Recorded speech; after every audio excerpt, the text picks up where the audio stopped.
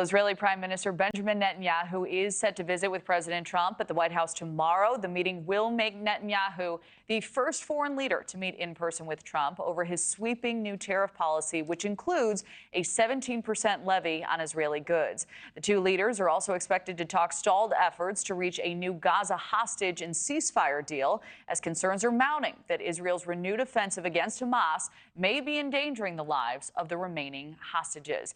NewsNation's Libbey is live at the White House with more. So, Libbey, is there any indication a deal may be negotiated, or are you getting the impression this visit is more about optics?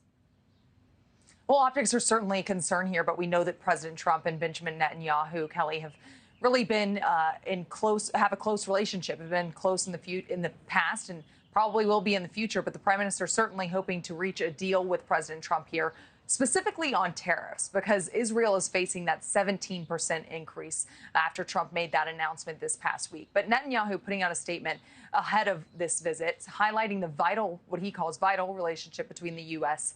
and Israel. Netanyahu also mentioning things he plans to discuss with President Trump, including things like tariffs, as I mentioned, efforts to bring back hostages, that's a big one, Israel-Turkey relations, the Iranian threat, and the fight against the International Criminal Court, all things that Benjamin Netanyahu plans to discuss with President Trump. But Netanyahu is the first foreign leader to visit President Trump at the White House since President Trump made the tariff announcement. And throughout the weekend, Trump has been speaking with world leaders on the phone about these tariffs. And according to Trump's advisors, who we've heard from throughout the day, he's spoken with over 50 countries so far. But tomorrow's meeting at the White House is the first in-person meeting since that major tariff announcement that really shook up trade relationships with nearly every country in the world, and then also including Israel in that. So this is the first face-to-face meeting. Benjamin Netanyahu likely going to try and persuade Trump to lessen tariffs on Israel, or Netanyahu might come to the table and say, we're going to take off our tariffs on the U.S. We'll see how that plays out. We certainly will.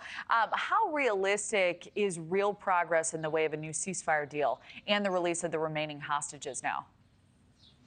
Well, Kelly, this is the second time that Netanyahu has visited the White House since President Trump returned to office. And both times that has been a key focus of these meetings, reaching a ceasefire deal. But this visit actually comes as Israel has ramped up its attacks on Gaza in recent weeks. We've also seen Hamas ramp up their attacks on Israel just today. But Israel did admit that their soldiers last month made this mistake of killing over 15 emergency workers in Gaza. Now, this acknowledgement came one day after the New York Times got that video that you see on your screen there, and it went against the military's original claims that emergency workers in fire trucks and ambulances had no emergency signals, markings, or lights on, and that they arrived, quote, suspiciously in darkness. But you're seeing that video on your screen there, the New York Times headline about this, and this happening last month. Now, during the last visit, President Trump revealed his plan to turn Gaza into the Riviera of the Middle East. That was that last visit that you're seeing on your screen there, happened between Netanyahu and President Trump. That was a big announcement from President Trump, and something that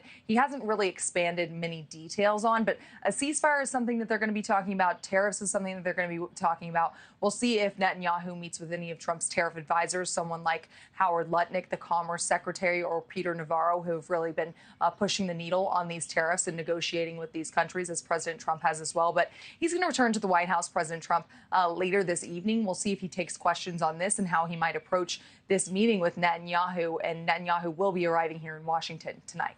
Kelly. We'll be awaiting that arrival. NewsNation's Libbey Dean live for us at the White House. Libbey, thank you. Thanks so much for watching. Go to joinnn.com to find NewsNation on your television provider. And don't forget to click the red subscribe button below to get more of NewsNation's fact-driven, unbiased coverage.